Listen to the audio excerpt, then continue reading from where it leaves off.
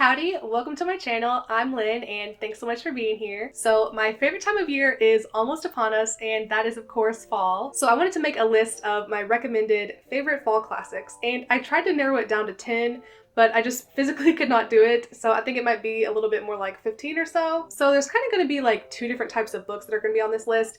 And it's going to be like Halloween, spooky, scary books, and then also books that just give you kind of like that wholesome autumnal feel. So without further ado, let's jump right into it. First up is my absolute favorite book of all time, Stranded on an Island, only book you can read for the rest of your life, and that is none other than Jane Eyre by Charlotte Bronte. I first read this book at a very pivotal time in my life, and I think that's why it had such a profound effect on me. I cried like 3 times when I was reading this. This is a coming-of-age story for our heroine Jane Eyre, and it's also got a little sprinkle of romance in it. So we follow Jane Eyre from when she's a little girl and her parents have passed away, so she's staying with her aunt, who is very much abusive, and her cousins, who are extremely awful to her. And she ends up going to stay at, I guess what you would call a boarding school. It's not like a nice boarding school, it's absolutely horrific. But during that time, she never loses her faith or changes who she is. She constantly perseveres without becoming vengeful or negative about her situation. She eventually accepts a governess role at Thornfield Hall, where she meets the love interest, Mr. Rochester. She finds out some very dark secrets where she must choose between her own convictions or love. And this feels like such a fall book to me because all of the pivotal moments in Jane's life happen during the fall for some reason. I don't know if Charlotte Bronte did that on purpose, but I feel like Jane would very much be a fall person if she had to choose. This also has a very gothic setting to it. We have a huge mansion. There's a lot of dark corners and noises at night. Jane is also very isolated. A lot of gothic novels have that element to it as well. This also has my favorite ending ever. I have never felt so fulfilled and at peace with an ending than when I read this. So I think it's a perfect cozy read for fall. Next up is A Night in the Lonesome October by Roger Zelazny. And this is the cutest book ever. So it's split up into chapters by the days of October. So we start out October 1st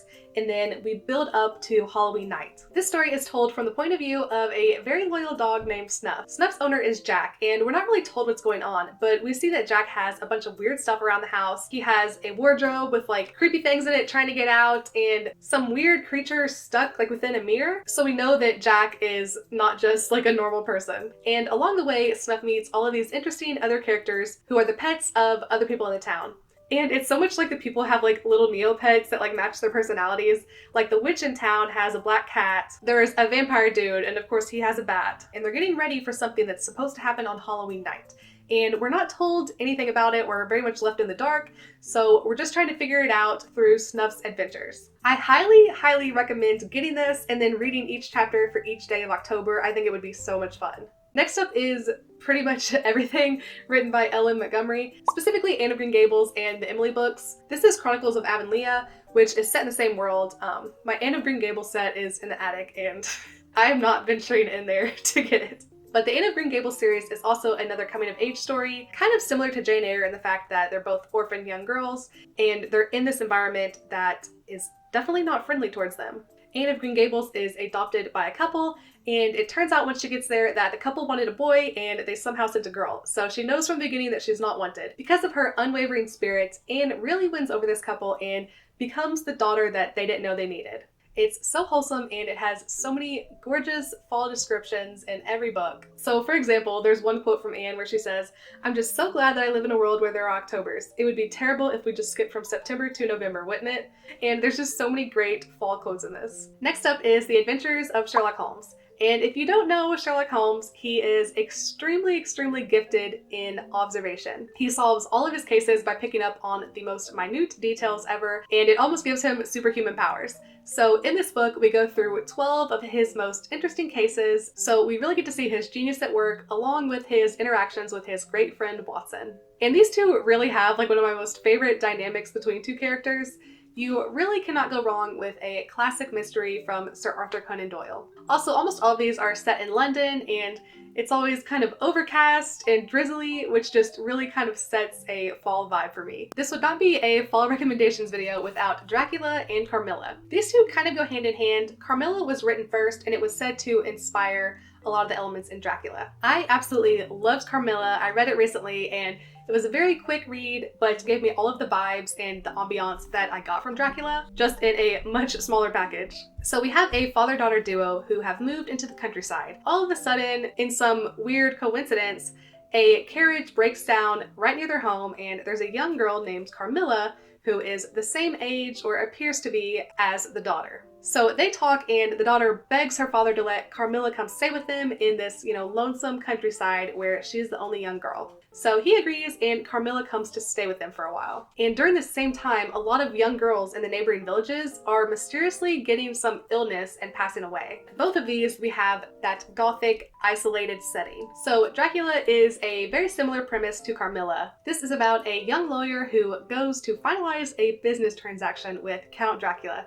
And on his way there, and when he arrives at this huge manor, he discovers that things are a little weird and not as they should be. From there, we figure out Dracula is obviously a vampire, and all kinds of stuff starts happening after that. The lawyer ends up locked in Dracula's castle, and then a large vampire hunt ensues, and there's just a lot packed into this novel. The first time I read this, it was just so spooky, and I loved every second of it. Bram Stoker is so good at writing an eerie and ominous background and setting for this story to take place in. If you haven't read this yet, I know it's pretty long, but I promise you that it's worth it. Next up is, of course, Frankenstein by Mary Shelley. And I know I'm probably gonna say this about all of these books, but this has to be in my top 5 most favorite books ever. So if you haven't read this yet, this is about a mad scientist named Victor Frankenstein, and he's obsessed with creating this living being.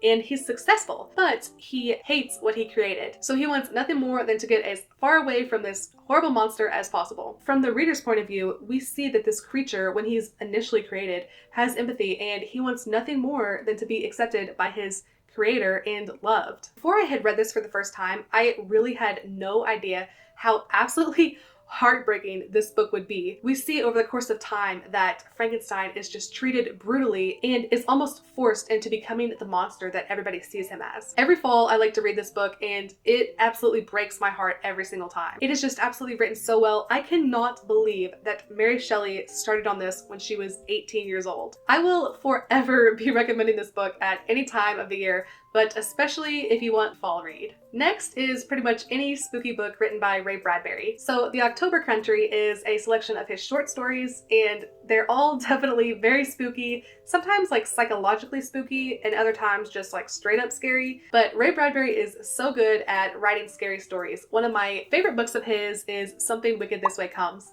and that book absolutely scared the crap out of me when I read it in middle school. And now to me, it has such a nostalgic vibe. It will forever be one of those core memory scary books. Something Wicked This Way Comes is about two 13-year-old best friends, Jim and William, and they have a run-in with this very dark, mysterious carnival that comes to town. They witness all kinds of absolutely terrifying things happening at this carnival. The name Something Wicked This Way Comes is actually from that famous Macbeth line, "Double, double, toil and trouble, fire burn and cauldron bubble, by the pricking of my thumbs, something wicked this way comes." I love that quote. I think that's such a good name for a book. And all of his books are pretty much on the shorter side, so if you don't want to dive into one of these 400-page books, I would definitely recommend something by him. Next is The Turn of the Screw by Henry James, and this is a gothic novella about a governess who is going to take care of 2 children on a remote estate. Does this sound familiar yet? This story really gripped me from the first page. I was immediately creeped out. So the governess arrives at this estate, and right from the jump, things are weird and creepy. She finds out about the last governess was there and how it didn't end so well. She had a relationship with one of the other workers that were there. And these 2 kids are just really creepy. And really scary things are happening to her in this house. And she becomes convinced that the children are seeing ghosts, and it all builds up to this terrifying conclusion. If you've seen The Haunting of Bly Manor on Netflix, that show was based off of this book, and that show honestly captured the atmosphere of this book immediately from the beginning. I was so impressed how well it was made, so I also highly recommend that show. Next up, we have a gothic romance, which is none other than Rebecca. And this one is so good, you guys. It follows our main character, who is a young woman in her early 20s, and she meets a charming, rich, older man. They fall in love and end up marrying. They go back to his estate, where she finds out that it is very, very much haunted haunted by the memory of his late wife, Rebecca. And the old housekeeper there, who was very close with Rebecca, is an absolute menace. She is awful to our main character, basically makes her paranoid, like she's gonna lose her mind. And she just keeps planting all of these seeds of doubt and pulling all kinds of tricks on her. There's also mystery in this, and it's thrilling right up until the end. This is definitely a favorite. Next is The Phantom of the Opera, which is another favorite. I think the less you know about this one, the more fun it is. So we follow the narrator and different characters as they try to discover the mystery around this ghost that is haunting the theater. And this ghost also happens to be obsessed with this opera singer named Christine. This has obviously been made into so many different musicals and movies, but you really cannot beat the original book. Last, but certainly not least, is Interview with a Vampire by Anne Rice. And to me, this really sticks out as one of the first modern vampire novels. Like the title says, this is indeed an interview with a vampire. The vampire's name is Lewis, and he's being interviewed by a young man pretty much about his entire life story. Lewis was born way back in the 1700s, and he was turned by this vampire who pretty much just wanted to use him for his money and land. So the vampire that turned Lewis is kind of a really bad person. Well, he is just very much a vampire, like to his core. He doesn't really value human life and just kind of takes what he wants and really doesn't care about the pain that he's inflicting. Lewis eventually tries to get away from him, but the other vampire does something that kind of forces him to stay. We follow Lewis's life up to present day, which was when the book was written, so like the 1960s. This is very much not like a super sexy Twilight Vampire Diaries type story. This really like pulls back the curtain on what being a vampire means. And Lewis has a huge problem with the fact that as long as he's living, it means he will have to keep taking life. This also wrestles with the horrible reality of immortal life, and it can really turn into a pretty bleak existence. So this book is very much more focused on the dark implications of being a vampire. That pretty much wraps up my fall classics recommendations. I have no idea how many books that was, and I probably could have rambled on for a lot longer, but I'm gonna wrap it up here. Please let me know in the comments if you think I missed any of your favorite fall classics, or if you just have any other recommendations on books you think I should read. So thanks so much for watching, and I will see you guys in the next video.